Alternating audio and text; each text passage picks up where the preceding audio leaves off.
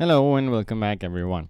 We're still continuing on with our discussion on CSR, and by now we've seen that CSR is actually quite an expensive undertaking. All the practices that we've discussed in the previous videos show to us that it's going to cost a lot of money for the businesses. We also know that it's really an option. It's one of the objectives, it's not the objective for any business. So then the question is, why is it still important to take part in CSR activities? First of all, and most obviously, you're doing this to have a more positive brand image. Worker, as we explained, that consumers these days are more aware. They have access to social media, internet, and they can look up information. They can find claims against things. So, in order to make sure that you are being seen in a positive light by everyone, you have to make sure that you are taking part in CSI activities, which always keep you in a positive light. Secondly, it is a good way to remove any pressure being exerted from the pressure groups. Remember, pressure groups are a group of individuals or companies that join forces to protest against something in particular. Sometimes that could be against some business activities.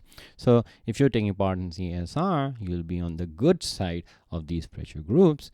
Any business which can be potentially exerted on business could easily be avoided. And also, this is one way to reduce the cost of the business, because if you're taking care of all your stakeholders, which includes your workers, taking care of workers results directly in a more motivated workforce. And a more motivated workforce is a more efficient workforce, and a more efficient workforce will help you in saving costs.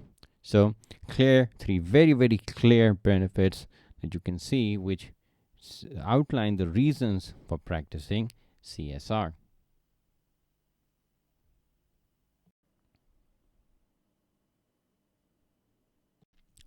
So now let's finish up our discussion on CSR by looking at the drawbacks of taking part in CSR activities.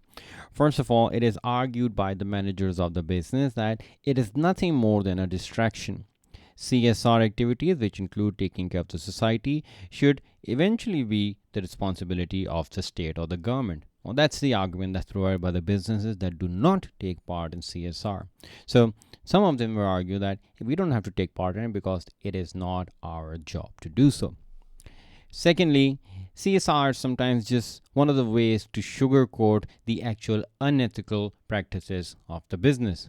So it's basically just smokes and mirrors, meaning just a screen in front of the actual practices of the business, which might be unethical. They might be disposing of waste without treating it properly, and they might try to cover it up by trying to sponsor maybe a local sports team. So it may be just smokes and mirrors.